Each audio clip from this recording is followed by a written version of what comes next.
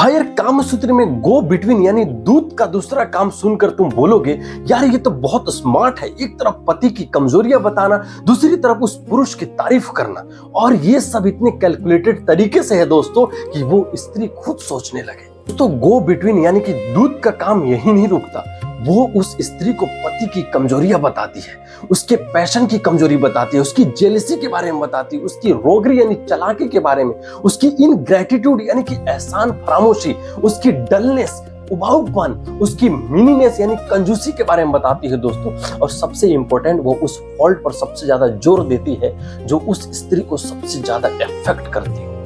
जैसे अगर वो स्त्री एक मेयर वुमेन हो या एलिफेंट वुमेन हो और उसका पति एक हेयर मैन हो यानी कि फिजिकली कमजोर हो, तो गो बिटवीन उसी बात पर जोर देती है।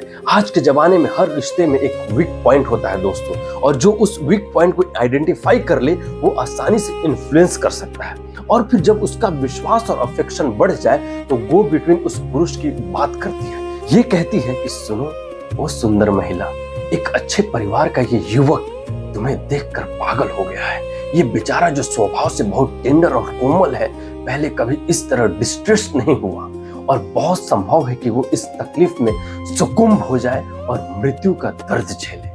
ये सुनकर अगर वो स्त्री फेवरेबल ईयर दिखाए तो गो बिटवीन अगले दिन उसके चेहरे पर, उसकी आंखों में अच्छे साइंस देखती है और फिर से उस पुरुष के बारे में बात करती है। और गो बिटवीन उसे कहानियां सुनाती है, अहिल्या और इंद्र की कहानी, शकुंतला और दुष्यंत की कहानी, जो उस ओकेजन के लिए फिट हो।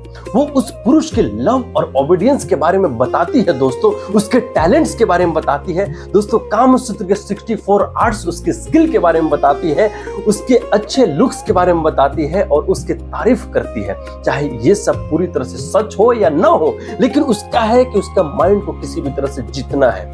आज के जमाने में एग्जैक्टली वैसा ही है जैसे कोई कॉमन फ्रेंड्स कहे यार वो बहुत अच्छा इंसान है, तुम्हारे बारे में बहुत अच्छा सोचता है, तुम्हारी बहुत केयर करता है। ये सुनकर दिल थोड़ा पिघलता है कि नहीं? तुम ही बताओ दोस्तों। मुझे फॉलो करना मत भूलना, फॉलो जरूर करना।